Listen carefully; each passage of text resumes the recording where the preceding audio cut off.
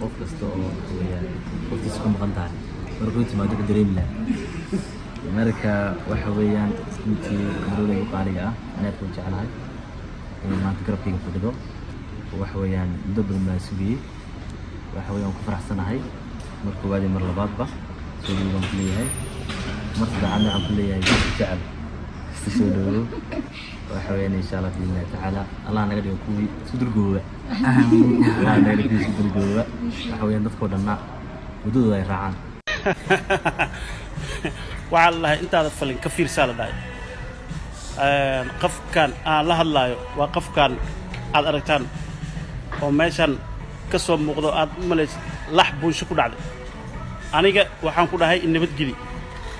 weligay ma u baran inaad dumar caayo ha igu kalifin in aan dumar aan caayo aan dumarka koowaad aan caayo inaan adiga kaa bilaabo ha igu kalifin in nabadgeli aan kala ammaan helno fadliga ilaahay igu nabadgeli waxaan kuu sheegayaa anigu faraha kaa qaaday balanteena sidaasay ahayd waxaa la dhahayna intaada falin ka fiirsay Soomaali ee kuma maada ma garatay anigu waan ka fiirsaday aad iyo aad aan uga fiirsaday waana ka taxadir aan waxaan ka fikirin kuma dhaqaaqo marka waxaan ku leeyahay is nabadgelino faraha iga qaad haddii kaleetana dee waa isla walaaqanina xaarkade xumaanta waa isla wadaya meesha nala gaarto aan hadda si toos qadka waxa ugu jira walaalkeen saaxiibkeen aadan soo dhawow wanda walaalkeen qaaliga munir adiga iyo waa idin salaama walaashay marshii waa idin salaama salaamka assalaamu calaykum وعليكم السلام mid lamid ah hada ku soo marsiinayna aadan arimaha baraha bulshada ka socda adi iyo Amira hal iyo labo maxaa naga sii kartaa wallahi kulli baradayga hor dadku waa isku dhacaan waxa la carabi ilka isku dhawaad waa isniinaan ma garat aad ya marka aniga iyo kulli waxa waade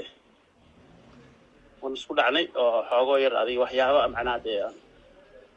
on isku gaarnaa jirto aad ya sidaas darteed macnaade yaa oo dagaalkeena iyo qalaaseen oo ku bilaabay Soomaa marka waxa la leeyahay aadan Amiri aadan waa kala tageen Amiri aadan waa isku dhaceen dad badan aan arkay soo hadal qaateen marka dadweynaha hadda ku fiirsanaya ama ku daawanaya ama dadka ku taageera baraha bulshada ka taageera dadka caadiga ka taageera maxaad u sheegi lahayd wallahi kulli aniga macnaha inaan macnaha oo dad korta aniga wax u sheego macnaha horta diyaar muu yihi oo Soomaaliland lama qadaan karo waa taqaana waxa lahay binaadin ishii saaro un baa buuxiso fadlan noo saar subscribe ilaahay khayr ha ku siiyo wax degdeg aad ku faraxdo ilaahay ha ku siiyo ku soo biir xaqsoor TV ana warar hadda soo dhacay oo degdeg ah ayaan ka dabageenayaa sidaad halka ku aragto waa gabadhii Muniira ahayd oo Hargeysa lagu shirdilay muuqaal yaab ruux baraha bulshada lagu soo baahiyay Muniira oo la garaacayo maqadan qaraba inantii Muniira ahayd dhirbaaxadeedii weyneed indhaha kala dhacday dadka ayaa ku eedeeyay qadan qaran inay dishay inantii yareed ee Muniira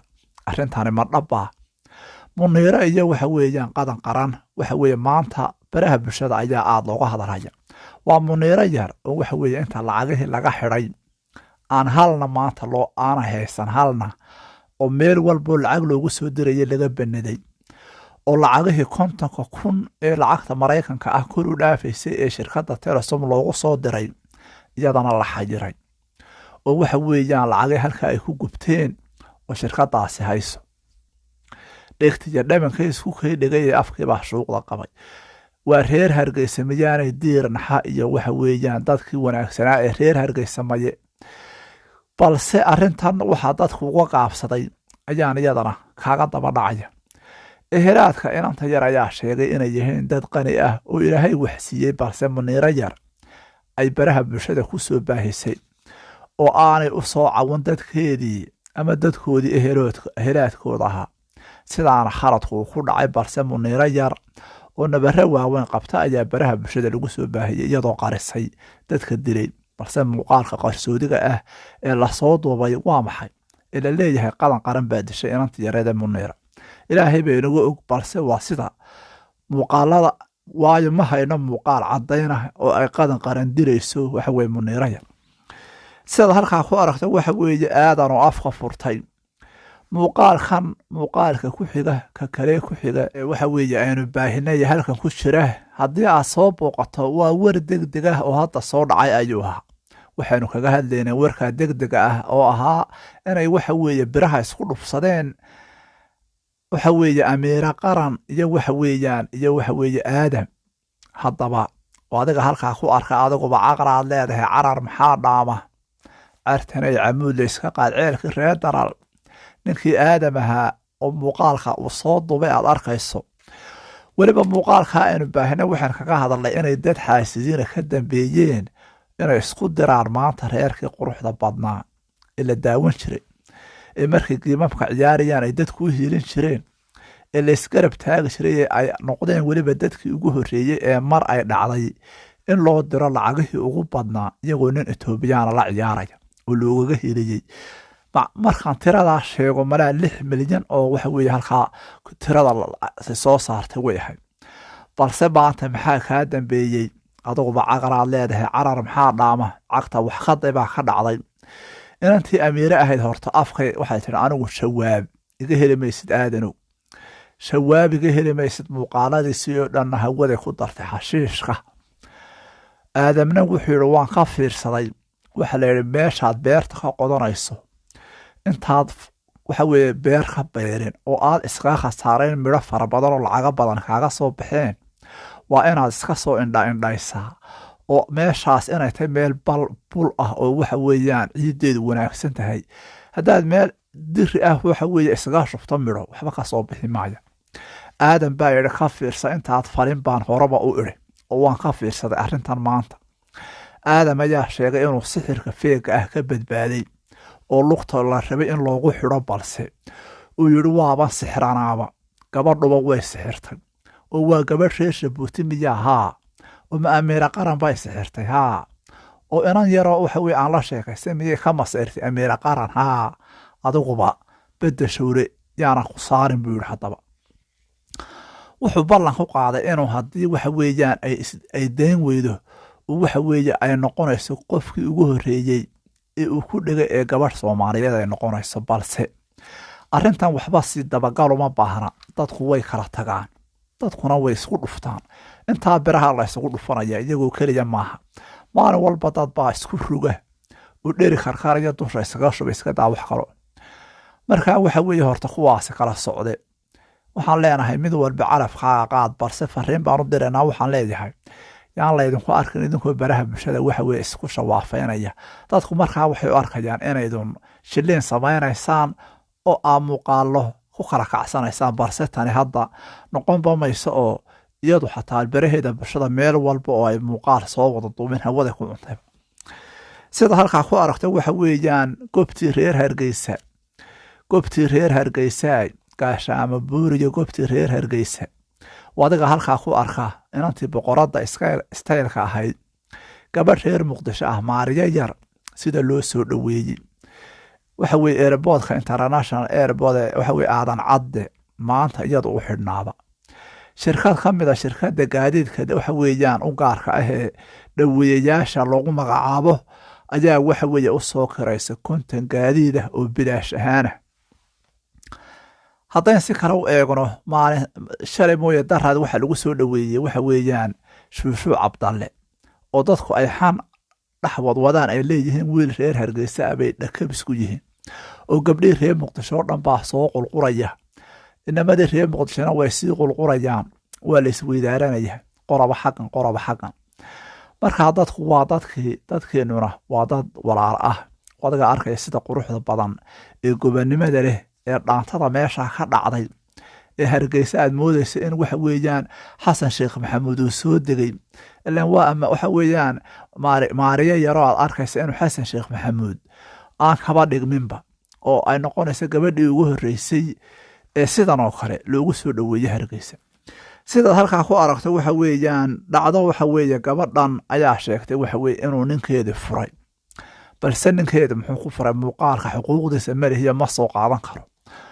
balse muxuu ku furay gabadha waxay sheegtay gabadhani waxay tiri ninkaygu wuxuu igu furay waan ka shakiyey gabadh meesha ay ka wada shaqeeyaan ay wada joogaan ayaan uga shakiyey gabadhaas waa gabadh soomaaliyeed buu yidhi ayay tidhi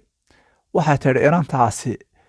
isaga oo waxa weye maydhmaydhanaya ayaan moobilkiisa furaan eegaan baadhay waxaan soo helay sawiro iyo muuqaala iska duubeen oo aanan ogeynba iyagoo dalxiis galay iyagoo waxa weeyaan dawama raacay iyagoo lowr sii baxaya qaaday gabadhan ayaa afka furatay runtii waxay tidhi sidaas ayaan ku kala tagnay aniguna dumarba maa la itusaaba sidaasay ninkii waxa weye gabadhi kaga baxsatay sidaad halkaa ku aragta waxa weeyaan warka ugu yaabka badan ee dadku la yaaban yihiin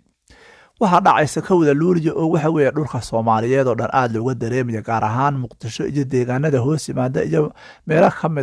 kamida meelaha ay xukunta dowladda federaalka haddaba ma ogtahay magaalada muqdisho maalinta kowda luuliya waxa ka dhici doona waxaa imanaya halkaa 15 fanaan oo soomaaliyeed adiguba caqlaad leedahay carar maxaa dhama haddaad maqli jirtay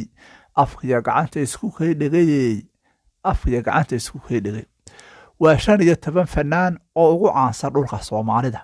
fanaaniintan qaar ka mid a haddaan soo taabto waa nashaad qamar sugaani ikraan caraale dayax dal nuurshe shaadiya sharaf iyo fanaaniin fara badan oo caan ah khadar keeyow waxa weeyaan gabdho uu sharma boy heesa la soo qaaday adigu halkan ku soo koobi karamayna balse halkaas adiguba waad ka akhrin kartaa fanaaniinta faraha badan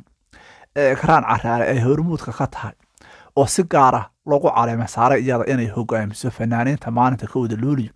wararka yaab kale faraqayn doona waxaan ku leeyahay bilow ilaa dhammaad ila soco inantii amiire ahayd iyo horta waxa weye aadan kale faatixayste ilaahay waxa weeyaan waxa weye ta sararaaran ta hoose riixan baaluhu reeban waxa weye sidaasay ku kala faatixaysteen dad baa moodaya inaan muuqaalka iska soo qaado anigu waxaanan hubin maba baahiyaba waxaa laygu yaqaanaa muuqaalo runa inaan dadka u soo bandhigo balse waa adiga arkaya inantii amiire ahayd waxay tidhi anigu